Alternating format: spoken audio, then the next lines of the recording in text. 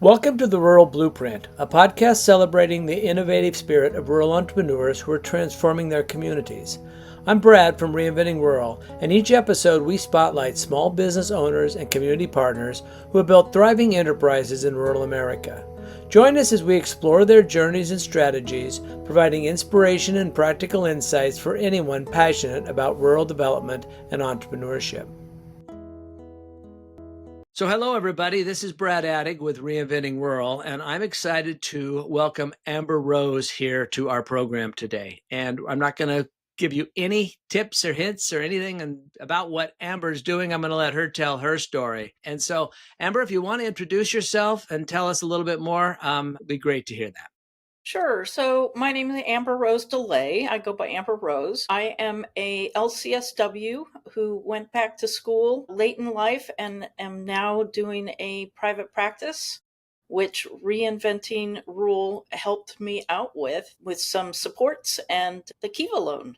So I'm very excited to be here and yeah, I'm very grateful for everything that you all have done for me. And I promised myself I would call you Amber Rose. And of course, I started right out by shortening that. So sorry about that. It's But I okay. will do better. I'll just hook up an electric shock to myself. And so I'll make sure I have a tendency to shorten everything. So don't take it personally. Okay. Okay, I don't. Tell us a little bit about your journey. I know that it started with a significant life event back in 2002. And maybe tell us a little bit about that and how this has moved you to where you are today. Sure. So in 2002, I was in a car accident that didn't seem like it was a big deal at the time, but I ended up having post traumatic fibromyalgia. And at the time, I was working as a massage therapist, an educator, and a financial planner. And basically, because of both concussive syndrome, um, and because of the physical pain that I was under, I had to let go of doing massage. And so that started me on a journey trying to figure out what's next. What can I do? It took me a long time, but I decided what I couldn't do anymore. So, what could I do? And I ended up working with a company called Inside Track doing coaching with college students. And I really had a great time doing that. But I realized that I really wanted to do therapy. That coaching is great, but I really wanted to go deeper and really help people to make major changes in their life. And so one day I finally went, okay, I'm going to do it. I went back to school, got my master's in social work, and just worked through a bunch of different things to allow myself to get to a place where I can do private practice. As part of all of that, though, in my coaching time, I wrote a book called From Ow to Wow: 5 Steps to Thriving with Pain. And it was, or it is, it's still out there. It's a book that really talks about what are the steps that you need to take your life back from chronic pain. And there wasn't anything out there at the time that I went through it that I found. So I felt like it would be a great resource for others. Fantastic. And was there a little bit of interfaith ministry tossed into that too? Oh, yeah, by the way, Yeah, I was wondering just a couple of things. I have 3 master's degrees. The Right. first one is in whole systems design, which is systems theory and the creative process and how those come together, which I taught a lot of systems theory and did some consulting with that. Then my decided to get a master's of divinity in advanced new thought and interfaith. So I did that. That was before the accident. So that was something that I was into at that point. And then I went back to school and did that mess. And you did that at a later stage in your life, right? Definitely. So, I'm just getting there now, and you can see all the gray hairs that happened. we talk about people that start these new businesses and new endeavors and new careers and new passions, later on in life. We talk about them being encore entrepreneurs, and some people use the term silverpreneur, but I'll use that when my hair turns silver. Okay. It hasn't There you yet. go. I've just, as long as you live in denial, it's okay. So, you made this bold decision and made this career pivot, and now it's leading to a new endeavor. And I want to hear a little bit more about that. One, how did your life, all of these things that happened, all of our life experiences bring us to a point where we make a decision to do something, and you've made that, you went back for your third degree and you're ready to launch this new business. Tell me a little bit about how those things informed how your business is going to operate today, and then tell us about your business. Okay, great. So I am very much I'm very much aligned with being accessible. And what that means for people is that I can take insurance, I can work with the Oregon Health Plan, I can do all of those kinds of things. And that makes me a little different than a lot of people who go into private practice. There's a big move to be only private pay. And I really want to be able to work with anybody that needs support. As part of that, my background is in LGBTQ community. And so I really want to be a person who is a safe place for people to come and not have to deal with that on its own. Did I answer your question? Yeah, you did in a way. We'll come back a little bit around, circling Okay. around it. Tell us a little bit about your business. Tell us what you're launching, and we'll go with that. Okay. Okay. So, So go ahead. I'm sorry. no, please. So I have been working with the county, and then I worked in hospice, and now I'm developing a private practice in mental health. So I am local in Walport, Oregon right now, and I have an office that I'm sharing with another practitioner. So, kind of a small building up to a full time practice. I work with loss and grief, I work with LGBTQ issues. I also deal with mood disorders. I have a pretty good background having worked in community health so that I can deal with most populations that are here on the coast. And that's really what I want to be doing is in-person therapy in my small community. And on the coast, you're in Lincoln County, correct? Correct. Okay, so it is an underserved community. There is a higher level of poverty than what averages in the state. There is a higher level of unemployment, and it is a little more isolated. So I would assume there's a lack of resources there in many cases. Yes, definitely. And so you're going to be helping kind of fill some of that gap, particularly for people that are underserved and maybe potentially excluded from some of the services that are available because of not wanting to pay out of pocket, being able to use insurance. Yes, definitely. Where are you going to be located? That's the exciting part. That's the best. Yeah, that's a good part here too. So I am going to be moving into a new location in, it looks like June, and it's Fire Rock Ocean Sky. And it is a healing arts and art gallery here in Seal Rock. And it is going to be a beautiful, beautiful situation with art everywhere, movement classes. And then I'm going to be in there doing my therapy. And I'm really excited about it. It's being part of a community on top of, being self-employed can be a little isolating. Very much so. Absolutely. Yeah, so having some community feels like it would be a really good thing to have. Very excited about it, and getting to know the other people who are going to be involved is really great.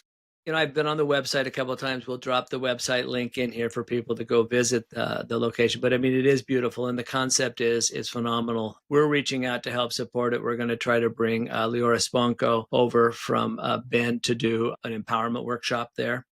Excellent. So we're very excited, and having to have her come over and lean into this as well. It's just Seal Rock's not a big place. Okay.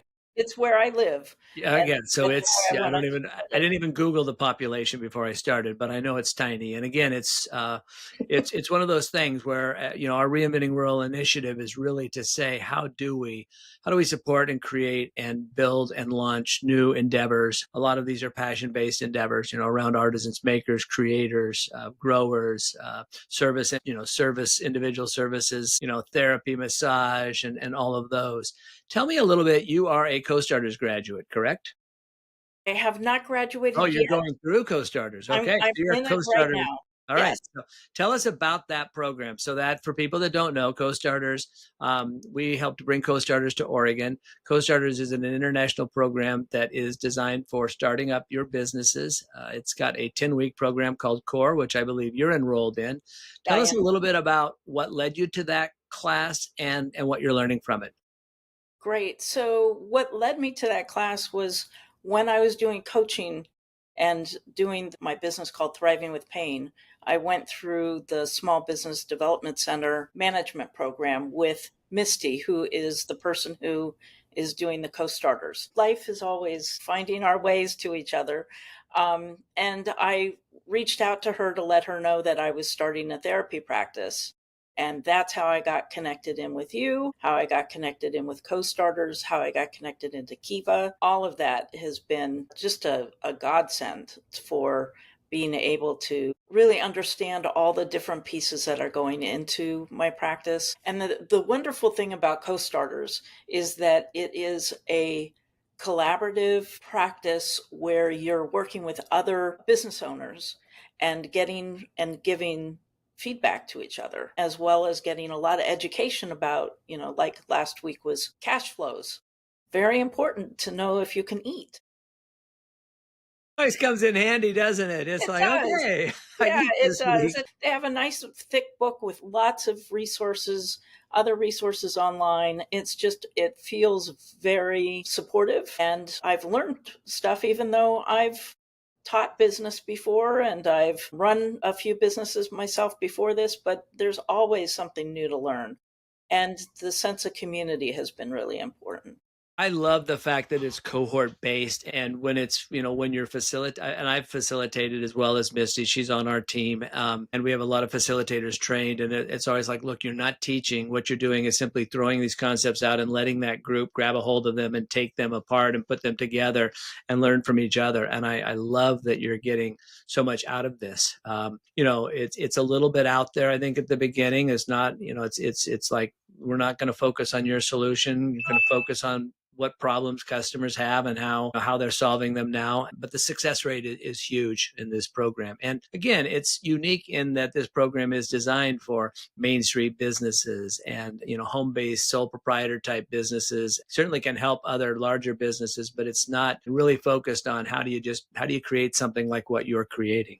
So we talked a little bit about, going to be down there. Tell me about the Kiva loan. So give me a little information. What encouraged you to go to Kiva, Oregon and crowdfund successfully, I might add, congratulations, Thank you. successfully crowdfund your loan and why you did it and what you learned from it and what you're going to do with it and how it's helped you with your business.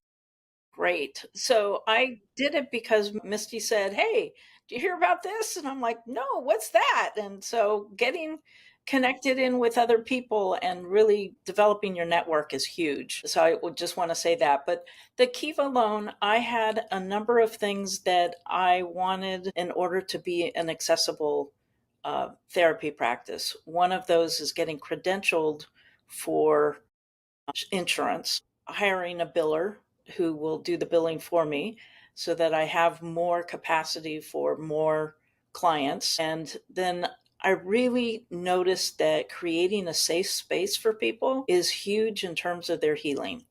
And so it it may sound kind of weird, but furnishing and decorating the office is huge. It's like, does somebody walk in and feel assaulted by too much stuff, or do they feel calm and safe? And that's what I'm trying to create, and the Kiva loan is helping me with both of those, or all three of those. The other piece that I needed was some technology. My computer was pretty old. I won't tell you how old it was, but it was pretty old, and I needed Right. a new one for HIPAA compliance. And so the Kiva loan, I can't say enough about it. It was very empowering. It was really helpful for me to reach out to well, let me tell you how it works. So, Yeah, first please off, do. what happens is you have to get people that you already know within your network to contribute to the loan. And so that was really empowering and very, uh, what do I to say, gratifying that people felt like, yeah, they wanted to help me out. And People will loan me money. Hey, yeah, this will happen. This is yeah, it's amazing. great. And then to get to that point and then have to go into the millions of people who are Kiva loaners, and getting a matching thing with, I believe it was Capital One, Yes, absolutely. that Thanks to doubled. Capital One. Yes, yes, thank you. And so I was able to get the loan, and now I have all of that stuff paid for, and it's allowing me to move forward. And I'm excited. My first payment is due in a couple of days, and I'm like, all right, now I get to pay back all these people who really supported me. And emotionally and psychologically, it just was a really empowering process. I would think it spiritually just fills you up. Yes. Misty is our capital access manager for Kiva US Loans. We launched Kiva Oregon last year in February. We are the only rural hub in the United States. It's a Kiva hub. So most Kiva hubs would be like Kiva Boston or Kiva Little Rock, and they'd be based around a geographic community or something. And we are almost 300 zip codes of all of our rural communities throughout Oregon. Kiva is a 0% interest, zero fee loan with terms up to 3 years payback, crowdfunded, as you just have talked about, crowdfunding. It's fun because I've been we call the Kiva loaners Kivans. So I've been a Kivan for a number of years, and of course loaned to everyone going through Kiva Oregon. And every month when you make your repayment, I'm going to see I'll get an email from Kiva telling me that these 9 people have made repayments on their loans. And so it's gratifying as a Kivan, as a lender, Hmm. to support these small businesses. These funds are, in many cases, this loan, a lot of these small businesses won't get loans in other ways. They're going to have to use high debt credit cards or extra personal savings, which, puts them more on the edge of a challenge to be able to weather, ups and downs in the business, and cash flow, which you mentioned, having some funds back in the back pocket for a rainy day. So it's empowering, and it's really helping create transformational change in our rural communities. Something else that I know you have said in the past is that Lincoln County is a mental health desert. Do you want to talk just briefly about that and how what you're doing and others who may be considering this same pathway can help change what's going on in Lincoln County? Yeah, it's really hard to find a therapist in Lincoln County. The county has a hard time holding on to people to stay within the organization, and I was one of them. I will admit I worked there for a little over a year and just realized that the system around it was such that it made it more difficult to do the kind of deeper therapy that I wanted to do. But that's the refrain that you hear, "Oh, I don't know where to find a therapist. I can't find a therapist. Nobody returns my call." And they don't return their call because they're not accepting new clients and they're busy doing their business. But these people are looking. There's, for instance, we have some tragedies that happen around here, and people who are traumatized by things, and they don't have any place to go, to get support and to get help. And so I'm hoping, part of my process is that I don't take people on for years and years unless that's what they need. I'm I'm kind of in between brief therapy and long-term therapy. It's like I want to figure out where your goal is and get you there. If it takes 6 weeks, great. If it takes 6 months, that's fine. If it takes 6 years, people have major issues that they have to live with for the whole life. But the idea is that I'll be open and having more people being able to come through because I'm letting people move through the process. Wonderful. So, what's next for you? You've got this grand opening coming up, hopefully in June, right? As everything falls into place. What's that look like for you? I'm so excited about that. So excited. Where what it really is right now is that I couldn't have started a private practice without Kiva, without the support that I've gotten. And so I'm in process of getting credentialed. I'm credentialed with 2 insurances right now. It takes months for it to happen, so I'm continuing to just go through that process. And then I'm excited to be able to also offer some groups, because there'll be space in in the Fire Rock Ocean Sky, where I'll be able to do some kinds of groups that would be another resource for people in this rural area. Not in sharing a room with someone else. It was fun because right after you funded, I saw your post where you had been out looking at furniture, and it said, "Hey, I've got that." The first thing was like, "Hey, I've got this really soft." I mean, you want to just go sit in one of those chairs you bought. Good. So definitely saw that. As you embark on this journey, we wish you absolute success. Just know we're here, Reinventing World Foundry Collective, which is our nonprofit that has the Reinventing World Initiative, is here to continue with support on this. Obviously, one of the things we're trying to accomplish with co-starters is to build community around that. So as you graduate, the next step is come back as a potential guest speaker, and who knows, with your educational background, we might try to convince you to facilitate. You never know. You never know what Oh, might happen here. Always dangling opportunities, right? well, I am so grateful. And I just want to say, Brad, because I know that you are pivotal in making all this stuff happen. And so I just personally want to thank you for doing this work. It is so important. Rural areas definitely don't have the resources, and being able to have your kind of support here is huge. So thank you. Well, thank you. I mean, we're here to see successes like yours and to help set you up for success. And we're excited for this opening and what's going to transpire there. And wish you the best of luck. Thanks for stopping in to chat with us and sharing a little bit about your journey and your background and where you are. And we'll probably check in like 6 months and do another recap and just see where you're at and how everything is materialized. Yeah, I should have some good news by then. You've already got good news. You could have more good news. Yes, you could have more good news. You've already got a lot of good news. So, Yeah. yeah, we're just going to keep that moving forward. And thank you so much for you give of yourself in this. Your chosen profession is giving a lot of yourself, and we all greatly appreciate the people out there that are willing to do that and help work, because you're helping. Similar to what we're doing, you're helping to make your communities better. Okay, you're helping to provide resources that are missing in our small places. Hmm. Thank you very much. It was a pleasure to talk with you, and have a wonderful rest of your day. Thank you so much. All right. Bye-bye. Thanks for listening to The Rural Blueprint. If today's conversation resonated with you, visit us at reinventingrural.com to access resources for rural entrepreneurs, funding opportunities, and business development programs.